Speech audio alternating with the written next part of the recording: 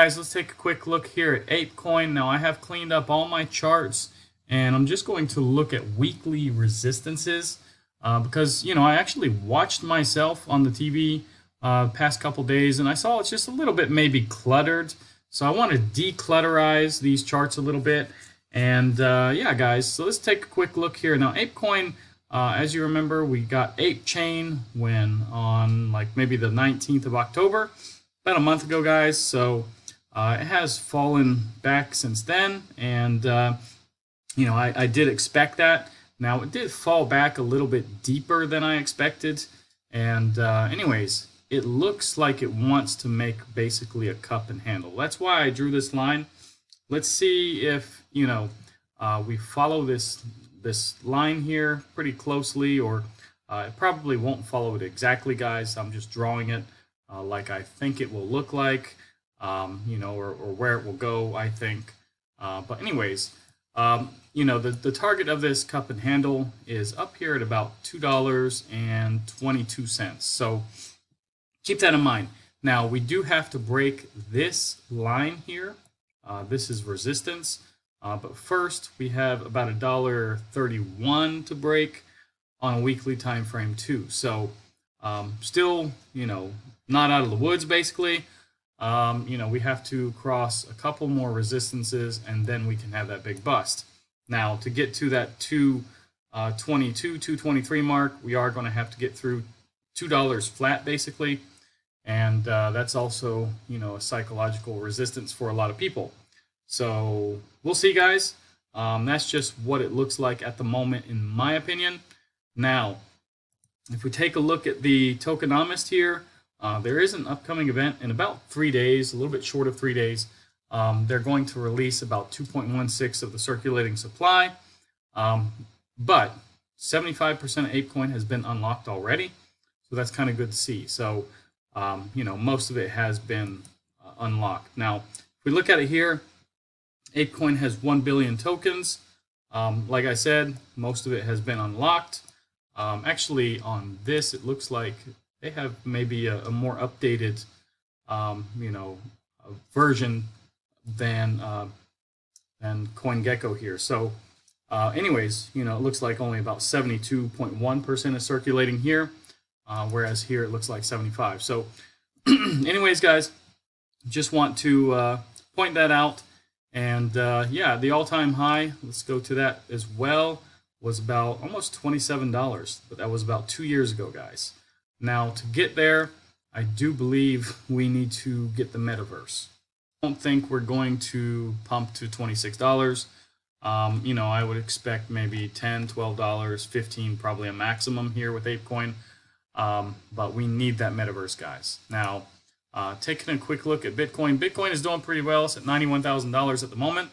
I have also redone this chart as well.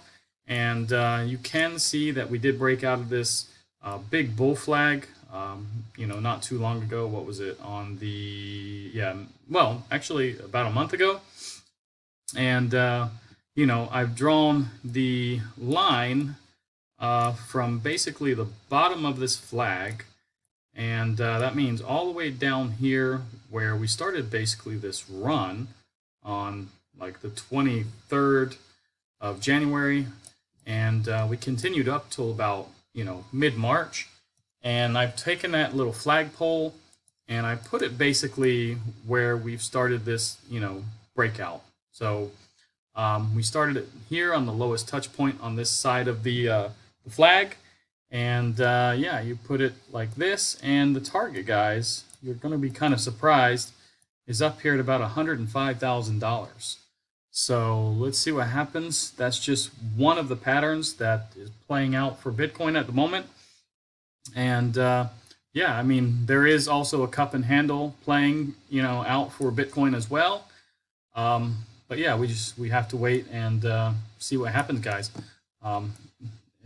Everything is a guess at this point. So I don't think there's going to be any true right answer or wrong answer. We just have to kind of wait and see where the cards fall, guys. So keep that in mind. Bitcoin and crypto is a search term, guys. You can see that this is the highest search term for Bitcoin, basically, You can see it's a 73, and crypto is a 20. Crypto is basically the highest it's been, well, for a long time. This was 19 here, so we may have beat that. It may be all the way back to about 2022, and Bitcoin as well is like back here in 2022. You know, so it's really surging right now. Retail is basically coming back. If you want to look at Google Trends, you can.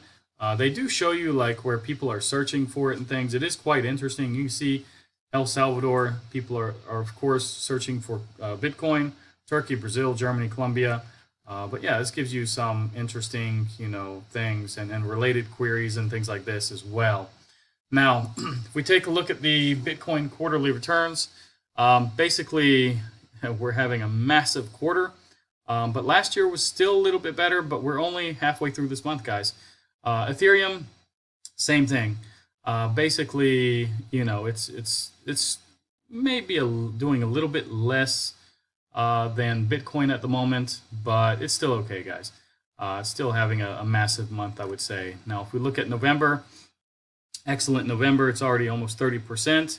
And guys, like I said in some previous videos, I did believe we were going to get it to 20%, and I said possibly 30 or even 40. So we don't, you know, we still have like 16 days on this, and it's very easy that we could get to 40% here in November. And you know, after having our best green month in September, I do believe that we were kind of holding back in October, and we're just going to see a bigger November and December probably. Here at the Bitcoin Dominance, guys, I just want to draw a line basically here, and let's see if this is the top finally. But I'm not sure it's going to be, guys. Now, this is amazing that we've gotten up this high to 61 point, let's just say 37. It's probably not exactly, but this is close enough. We do need to fall, guys, and then alts will really start to rise. But, you know, as long as Bitcoin keeps rising, then, you know, it's, or at least the dominance keeps rising, then alts are going to suffer, guys. Not good for those that just hold alts, like myself, but that's just a fact, guys. We just have to wait, be patient, accumulate still. You know, these alts are still going up as long as Bitcoin is going up. They're just not going up as much. So anyways, just wait and see. I do think we may possibly break through this, but you just never know. This could be, you know, the last push for Bitcoin. And basically, you know, on the 1 hour time frame, it looks like we double topped, but that's a very low time frame to look at this on. Now, economic calendar, basically PPI was in line with what was expected. Nothing special. Continuing jobless claims and initial jobless claims, basically almost the same as well. So nothing special there. Now, tomorrow we are going to get some economic numbers. New York Empire State Manufacturing Index. We're going to have retail sales, industrial production, things like this, guys. So that's going to play a part in a little bit of the volatility tomorrow. You know. So anyways, if we take a quick look at the interest rate cut, guys, for December, looks like about 80% now believe we're going to get a quarter-point cut. That has come up quite a bit, guys. That has come up about 17% or so, 16% since the last time I looked.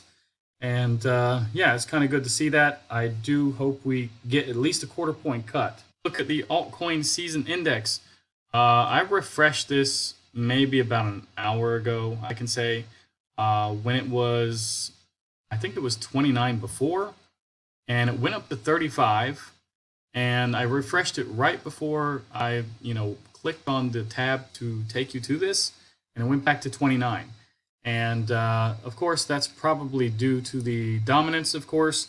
It's going up, so yeah, you can see here it did dip. So probably in here it was like 35, and now it's gone up again. So it's gone back, guys. So that's, you know, not good for altcoin holders, like I said.